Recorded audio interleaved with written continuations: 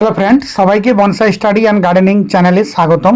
আজকের ভিডিও সহজে করুন তারামণি জুঁই গাছের গুটি কলম। অর্থাৎ একটি তারামণি জুঁই গাছ, এই গাছের আমরা বনসাইয়ের রূপ দেওয়ার জন্যে যে অংশ থেকে আমাদের প্রয়োজন, যেমন এই যে গাছটি আপনারা লক্ষ্য করছেন, এটিকে আমি ট্রিপল ট্রাঙ্কের বনসাই করবার আমার উদ্দেশ্য রয়েছে। সেই উদ্দেশ্য নিয়ে যেখান থেকে 3টি ডাল রয়েছে তার ঠিক নিচে আমরা গুটি কলম করে ওখান থেকে একটি চারা বার করে নতুনভাবে শুরু করব এবং নিচের অংশকে ভবিষ্যতের জন্য অন্য একটি বনসাইয়ের রূপান্তরিত করব এই পরিকল্পনা নিয়ে। তো আজকের ভিডিওর আলোচ্য বিষয় যে আমরা গুটি কলম সহজে কিভাবে করব, কিভাবে গুটি কলম করলে সহজেই কিন্তু শিকড় পাওয়া যায় এবং নতুন চারা তৈরি করা যায়। এই যে আপনারা যে অংশটি লক্ষ্য করছেন, এখান থেকে আমার গুটি কলম করবার ইচ্ছা রয়েছে, তাই আমি ওই জায়গাটার ওই অংশটাকে কেটে ওইখানকার ছালটাকে তুলে নিচ্ছি।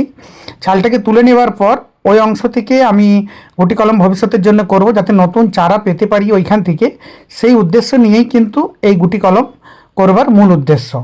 তো গুটি কলম আপনারা যেখানে করবেন লক্ষ্য রাখবেন, যেমন ওর ছালটাকে ভালো করে কেটে নিতে হবে, যেমন ছালটা যেন লেগে না থাকে, এবং ভিতরে যে গাছের যে কাণ্ডের যে অংশ, ভিতরের অংশ অর্থাৎ মানে কাণ্ডের উপরে যে বর্ম থাকে তা তুলে নেওয়ার পর ভিতরের যে অংশ, সেই অংশটিকে বার করতে হবে আপনাদেরকে। এই যে দেখুন প্রায় কমপ্লিটের দিকে, এবং এইখানে বার করে নেবার পর আপনারা অ্যালোভেরা গাছের একটু জেল, অর্থাৎ অ্যালোভেরার একটু যদি জেল ওখানে লাগিয়ে দেন, তাহলে কিন্তু এটি একটি হরমোন হিসাবেও কাজ করবে, রুট হরমোন। এবং তার সাথে আপনারা যে রুট হরমোন আমরা এখানে কাটিং পাউডার বা রুট হরমোন যা আমরা এখানে ব্যবহার করব, তা কিন্তু ওই অ্যালোভেরার জেল কিন্তু তাকে কিন্তু একটু আঁকড়ে ধরে রাখবে, ফলে ওখান থেকে ওটা সরে যাবে না। অর্থাৎ যে কাটিং পাউডারটা আমরা ব্যবহার করব তা কিন্তু ওই অ্যালোভেরার জেল ওই অংশে কিন্তু আটকে রাখবে। এই যে লক্ষ্য করুন, এবার কাটিং পাউডারটা আমি ওখানে ব্যবহার করছি। ব্যবহার করবার ফলে ওই অংশতে রুট হরমোনের লাগানোর পূর্বে আমি ওখানে অ্যালোভেরার জেল লাগিয়ে দেওয়ার ফলে ও কিন্তু খুব সুন্দরভাবে কিন্তু অ্যালোভেরার জেলটাকে ওখানে অ্যালোভেরার জেল কিন্তু কাটিং পাউডারটাকে আটকে রেখেছে।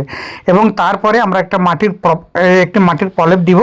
মাটির প্রলেপ অর্থাৎ যে শিকড়টা বাড়াবে সেই শিকড় এখান থেকেই পুষ্টিগুণ সম্পন্ন করবে, এবং এখান থেকে কেটে নেবার পর নতুন চারা আমরা এখান থেকেই পাবো। মাটির প্রলেপ দেওয়ার পর আমরা ওই অংশে সাদা পলিচিক আমরা ভালো করে বেঁধে দিব, যাতে শিকড় এলে আমরা দেখতে পাই। তো মাথায় রাখতে হবে, তারামণি জুঁইয়ের কিন্তু শিকড় আসতে একটি দীর্ঘদিন সময় লাগে। অর্থাৎ এর যদি শিকড় আপনারা দেখতে না পান, কেউ কিন্তু হতাশ হবেন না। এর শিকড় আসতে প্রায় মিনিমাম 1 মাস সময় লাগে। 1 মাসের পর এর কিন্তু শিকড় কিন্তু আপনারা দেখতে পাবেন। তো সেই উদ্দেশ্য নিয়েই যারা নতুন কিভাবে গুটি কলম করবেন তাদের উদ্দেশ্যে এই ভিডিও।